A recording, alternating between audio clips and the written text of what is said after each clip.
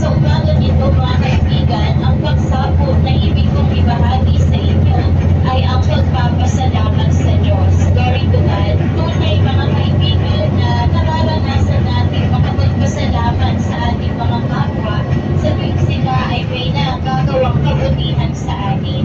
Dapat po higit-higit pagdating sa Diyos. Sapagkat ang pagpapasalamat sa Diyos mga kaibigan, ito ay kalooban ng Diyos sa bawat isa po sa atin. Kagaya ng binanggit sa Galata sa aklat ng 1 Thessalonians sa chapter 5 sa verse 18, sa lahat ng mga bagay ay magpasalamat kayo sapagkat ito ang kalooban ng Diyos kay Kristo tungkol sa inyo.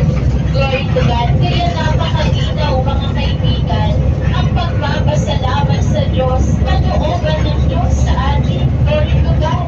Ngayon mga kaibigan, ano-ano ang ating ipagpapasalamat dapat sa Diyos? Ang sabi sa talatang ating binasa, sa lahat ng mga bagay. Bakit po sa lahat ng mga bagay? Sapagkat tunay, bawang lahat ng mga bagay ay buhat sa Diyos. At walang anumang tayong tinanggap na hindi galing sa Diyos. Ang ating buhay, ang ating lakas, ang ating hininga ay bawang galing sa biyaya at kahabagan ng Diyos sa atin.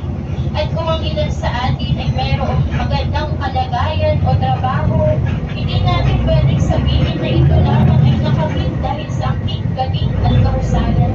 Dahil tunay ang tao ay wala naman talaga kung hindi tayo kahabagan ng Diyos.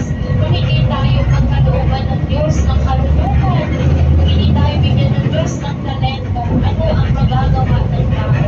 Kung hindi tayo bigyan ng Diyos ng lakas, tuwing umaga ng buhay upang makakilos, walang magagawa ng tao. Kaya tunay mga kaibigan, parang lahat ay galing sa Diyos. At karapat-dapat na atin itong ipagpasalamat lagi sa Kanya. Ngayon mga kaibigan, paano po tayo makapagpapasalamat sa Diyos? Hanggang lagi na lang ba o hanggang salita o baka minsan hindi ba natin nagagawang pasalamatan ang Diyos kahit sa ating labi? Pero mga kaibigan, ang tinuturo sa atin ang banal na kasulatan upang higit natin ipakita ang pagpapasalamat sa Diyos ay sa pamamagitan na siya po ay ating nagagawang paglingkuran sa buhay na ito. Kagaya ng binanggit sa aklat ng 1 Samuel sa chapter 12 sa verse 24. Matapang lamang kayo sa Panginoon at maglingkod kayo sa Kanya sa katotohanan ng inyong buong puso. Dinidinihin nga ninyo kung gaano